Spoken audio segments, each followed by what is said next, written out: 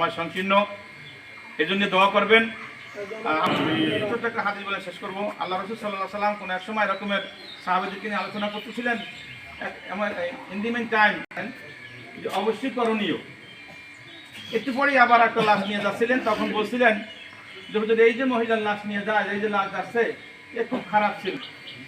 তখন আল্লাহ রাসূল সাল্লাল্লাহু আলাইহি ওয়াসাল্লাম একটা সাহাবীকে জিজ্ঞাসা করছিলেন, ইয়া রাসূলুল্লাহ সাল্লাল্লাহু আলাইহি ওয়াসাল্লাম, দুই ব্যক্তির ব্যাপারে অজাবাত শব্দ ব্যবহার করলেন, আমরা তো দুই অজাবাতের সবাই সাক্ষী দিয়েছিল দেখতে সে খারাপ, তো আল্লাহ তাআলা তাকে খারাপ হিসেবে নিয়ে নেবেন এবং তার জন্য জাহান্নাম অর্জিত করবেন, নাউযুবিল্লাহ বলে।